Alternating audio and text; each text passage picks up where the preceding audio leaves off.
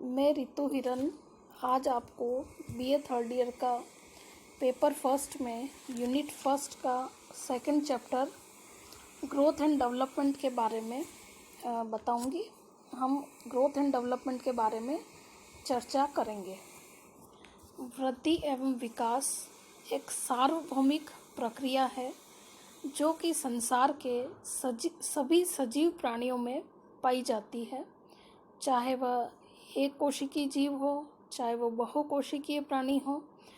और जब भी सजीव व्यक्तियों में वृद्धि होती है, विकास होता है, तो उनका जीवन चलता रहता है और सक्रियता बनी रहती है। सामान्यतया हम वृद्धि और विकास को कई बार एक दूसरे का पर्याय मान लेते हैं और वृद्धि के स्थान पर विकास का तथा विकास के स्थान पर वृद्धि का उपयोग करते हैं, लेकिन दोनों कॉन्सेप्ट बिल्कुल कुछ अलग हैं। इसके बारे में हम चर्चा करेंगे। वृद्धि और विकास क्या है? Growth means an increase in size, an increase in height, an increase in weight. यानी कि वृद्धि का अर्थ है आकार में बढ़ना, लंबाई में बढ़ना और वजन में बढ़ना।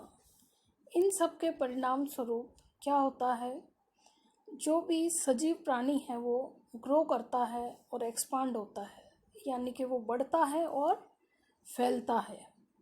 अब वहीं डेवलपमेंट क्या है? Development means change in shape, change in form, change in structure.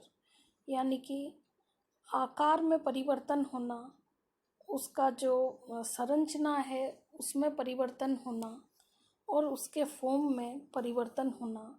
इन सब के परिणाम स्वरूप उसकी जो फंक्शनिंग है वो इम्प्रूव होती है। फंक्शनिंग यानी कि कार्य करने की क्षमता में परिवर्तन आता है। अब हम देखते हैं कि वृद्धि की क्या परिभाषा है। वृद्धि के बारे में हरलोक ने बताया है कि वृद्धि का मतलब है क्वांटिटेटिव चेंज होना।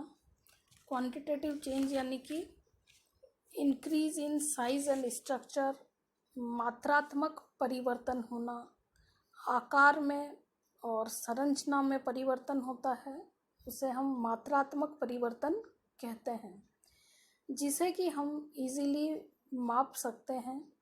जैसे कि वज़न को और हाइट को हम नाप सकते हैं। वज़न को किलो में, पाउंड में नापा जाता है और हाइट को इंच में, फीट वगैरह में नापा जा सकता है। और ग्रोथ को हम देख सकते हैं।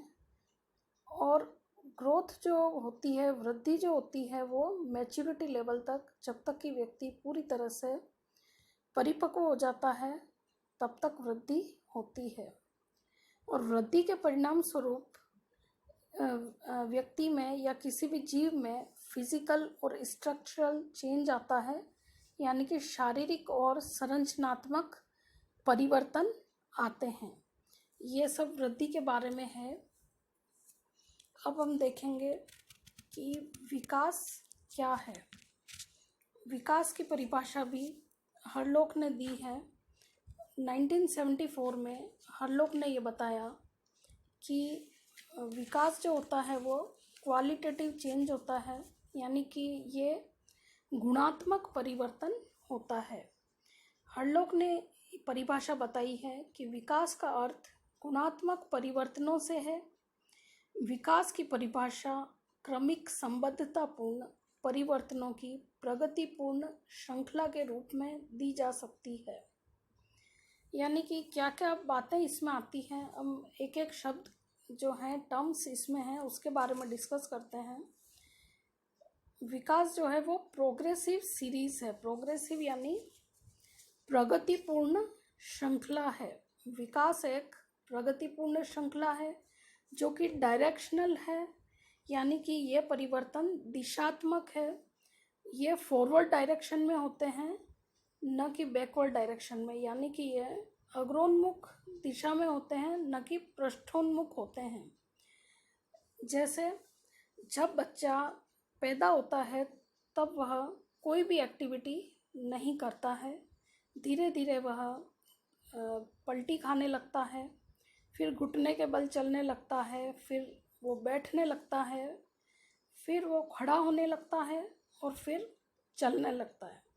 तो ये एक्टिविटीज़ इसी डायरेक्शन में होती है, फॉरवर्ड डायरेक्शन में। कभी ऐसा नहीं होता है कि कोई बच्चा बैठने लगा है फिर वो घुटने के बल चलेगा, या वो खड़ा होने लगा है और फिर वो बैठने और घुटने के बल चलने लगा हो। यानी कि जो ये विकास होता है ये दिशान्मुख होता है, अग्रोन्मुख होता है, न कि पृष्ठोन्मुख होता है। और ये परिवर्तन जो होते हैं ये फंक्शनल होते हैं, यानी कि इसके परिणाम स्वरूप बच्चे में क्रियात्मक परिवर्तन आते हैं। बच्चे की जो एक्टिविटीज़ हैं, जो क्रियाएं वो करता है, उसमें इम्प्रूवमेंट होता है। और इसमें इट अकर्स लाइफ लॉन्ग, ये जो परिवर्तन है ये जीवन पर्यंत चलते हैं। चाहे परिवर्तन कंस्ट्रक्टिव भी हो सकते हैं या डिस्ट्रक्टिव भी हो सकते हैं।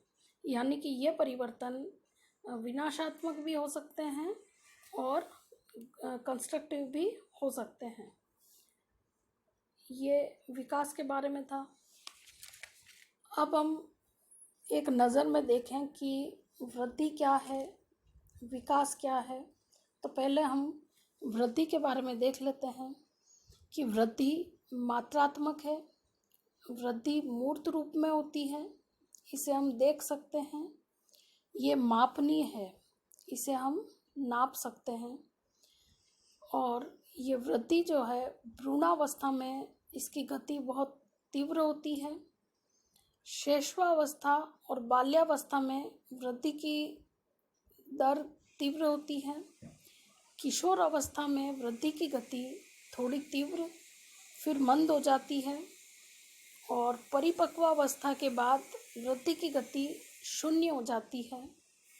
वृद्धि से शारीरिक एवं संरचनात्मक परिवर्तन होता है।